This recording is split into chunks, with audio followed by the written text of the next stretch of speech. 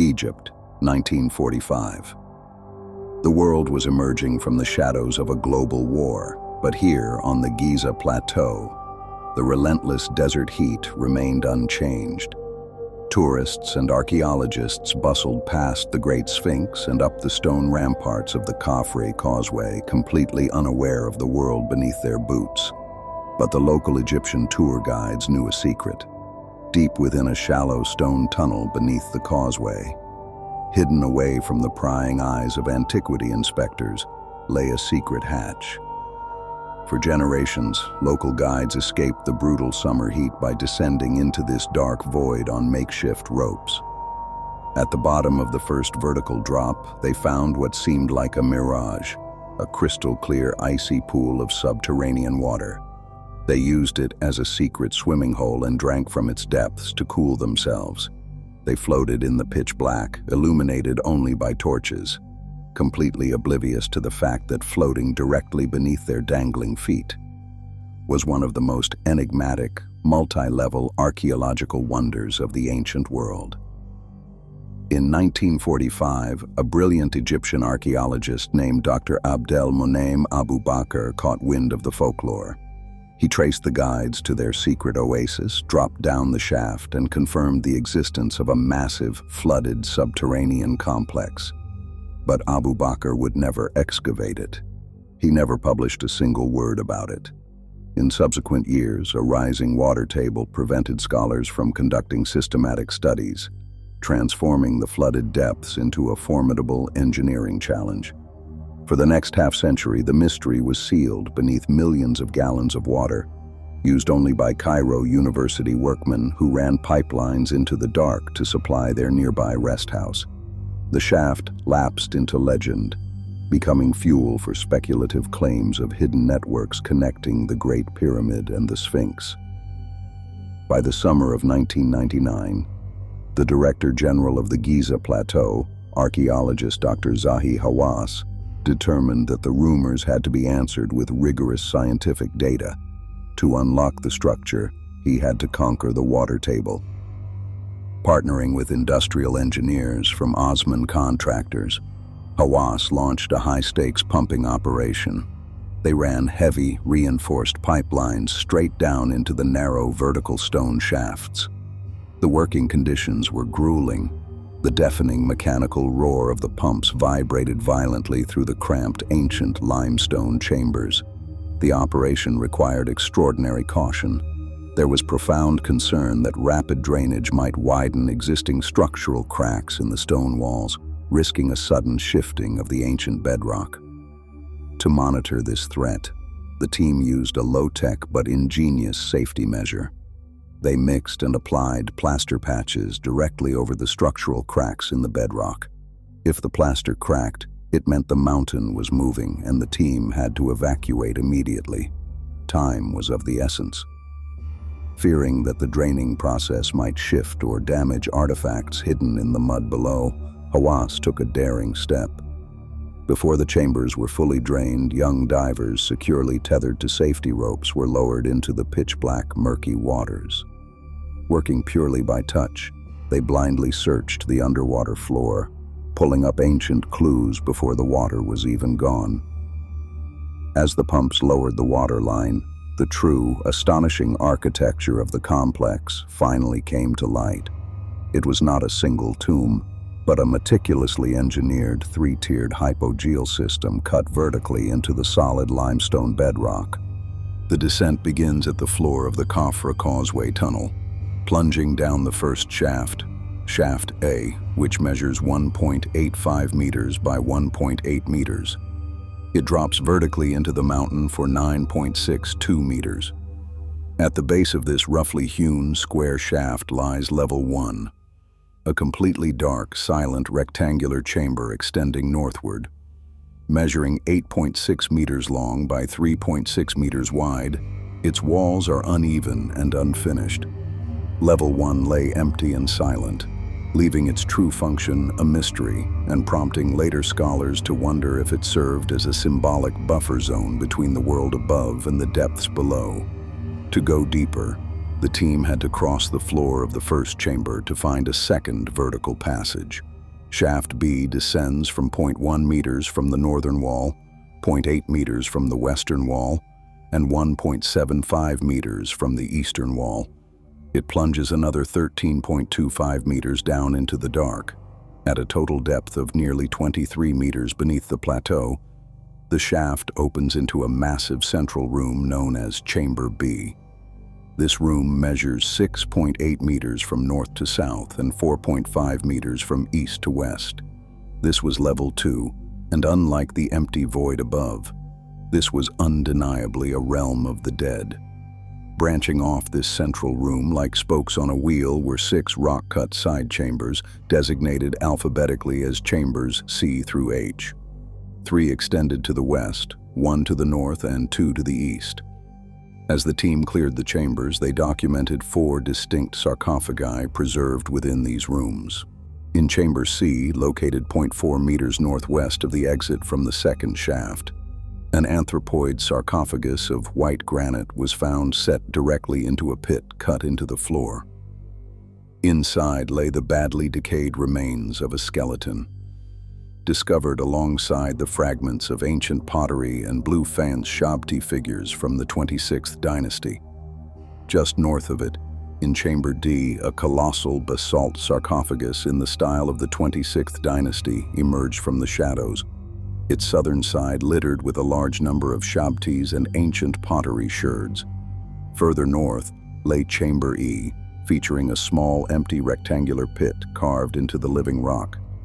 Opposite these, on the eastern side, Chamber G featured a massive rectangular basalt sarcophagus with a curved front sitting wedged tightly into a specialized niche. It was here, near this eastern monument, that the team unearthed the remains of human bones alongside blue faience Shabtis. Geological analysis of these colossal basalt sarcophagi on level 2 tells an incredible story of ancient logistics. The dark, volcanic basalt did not come from Giza. It was quarried and hauled across miles of rugged terrain from Widan el-Faras, a remote ancient volcanic quarry located in the desert hills north of the Fayoum oasis.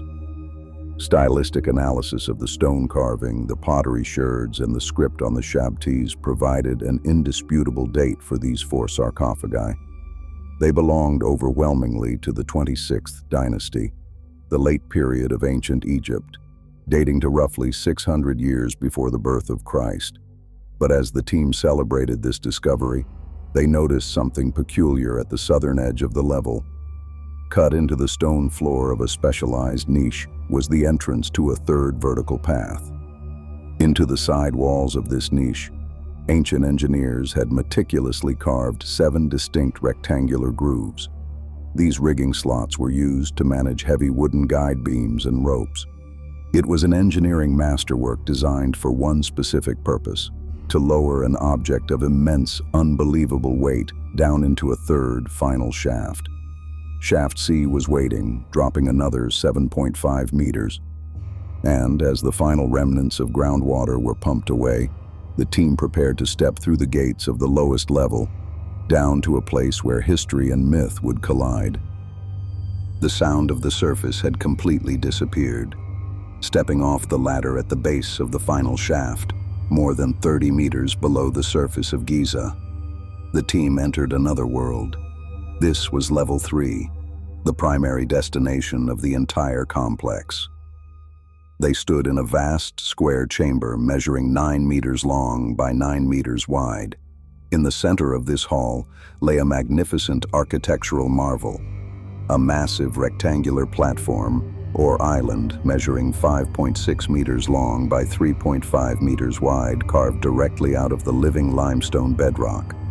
Flanking the corners of this island were the monolithic remnants of 4 massive stone pillars, also cut straight from the mountain. And surrounding this central island on all 4 sides was a deep, rock-cut trench filled with water. The physical layout was not accidental. Thus, the trench created by the central platform takes the layout of a house plan, resembling the ancient Egyptian hieroglyph PR. By framing the burial plot within this design, the layout evokes the image of a sacred, isolated cosmic island. This was sacred architecture at its most profound. It was a direct physical replica of the Osirian at Abydos, the legendary primeval mound of creation. To the ancient Egyptians, the universe began when the first mound of earth emerged from the dark, infinite cosmic waters of the Nun. By placing a tomb on an island surrounded by water deep beneath the earth, many Egyptologists see an architecture intentionally designed to evoke the mythic forces of resurrection. This was not a tomb built merely for a mortal king.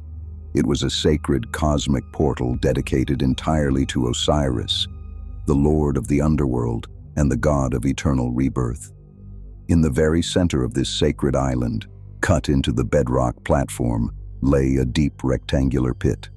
Resting inside it was a colossal pseudo-anthropoid sarcophagus made of dense black basalt, also traced by geologists back to the volcanic deposits of Widan el-Faras in the Fayum. When the team examined the chamber, they discovered its massive stone lid had been cast aside onto the floor of the shaft entrance. But it is here that the investigation confronts a fascinating contradiction. In subsequent television broadcasts and documentary narrations, Dr. Zahi Hawass has repeatedly stated that when they looked inside this lowest basalt sarcophagus, it was completely and perfectly empty. Yet the official academic excavation papers published by Hawass tell a different story, explicitly recording that the remains of a skeleton were discovered inside the vessel. Why does the televised narrative conflict with the written archaeological record? Some researchers suggest that the fragmented remains may have been heavily degraded by centuries of submersion under muddy groundwater, leading to varying public interpretations of what constitutes a true archaeological find. The record remains an unresolved puzzle, leaving the absolute contents of this subterranean monument a subject of ongoing debate. The clues to the site's final use lay scattered in the mud. On the northern side of the chamber, the team recovered brilliant artifacts: blue faience amulets, sacred Djed pillars symbolizing stability, heart scarabs meant to protect the soul during divine judgment, and two exquisite schist amulets carved in the exact likeness of Osiris himself. Like the level above, these diagnostic artifacts pointed overwhelmingly to the 26th dynasty late period. But as the mud was carefully washed away from the lowest strata, the team made an unsettling discovery that shattered their chronological timeline and turned the entire excavation into a historical paradox. To understand the paradox of Level 3, we must confront the ghost of Herodotus. In the 5th century before the Common Era, the famous Greek historian visited Giza. He wrote that deep beneath the Great Pyramid, King Khufu was buried on an island, inside a subterranean chamber surrounded by water brought in from the Nile via a hidden canal. For 2.5 millennia, historians dismissed this claim as pure fantasy. There is no water trench inside or beneath the Great Pyramid, but standing on the 3rd level of the Osiris Shaft, just paces away from the monumental pyramids, many archaeologists believe the structure preserves the real-world inspiration for the accounts later recorded by Herodotus. But this resolution only unlocked a much deeper mystery. If this waterlocked island was the legendary tomb described to Herodotus, why did the massive basalt sarcophagus, the shabtis, and the heart scarabs belong to the late period, built 2,000 years after the time of the pyramids? The answer was found at the absolute bottom of the trench, embedded in the earliest layer of the site. Lying beneath the late period debris, the team unearthed fragments of a completely different era: red polished pottery with distinct traces of white paint. Stylistically, this pottery belonged indisputably to the 6th dynasty of the Old Kingdom, the twilight era of the pyramid builders. The chronological puzzle hints at an astonishing conclusion. The data suggests the Osiris Shaft was not built in a single era, but evolved as a multi-generational sacred masterpiece, carved out over the course of thousands of years. The mystery began in the Old Kingdom, when builders dug deep into the bedrock of Giza to anchor a sacred sanctuary directly into the underworld domain of Osiris. Millennia later, During the 26th dynasty, an era defined by a passionate cultural revival and a return to ancestral roots, the Egyptians returned to this holy site. They expanded the shafts, carved out the intermediate burial chambers of level 2, lowered the massive basalt sarcophagi, and laid their highest elites to rest inside the cosmic shadow of the pyramids.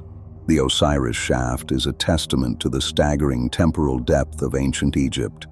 It proves that Giza was never just a stagnant cemetery for dead pharaohs, but a living, breathing landscape of the cosmos, a place where for thousands of years, humans dug deep into the dark of the earth to build a house of water and touch the face of eternity. And as always, stay curious.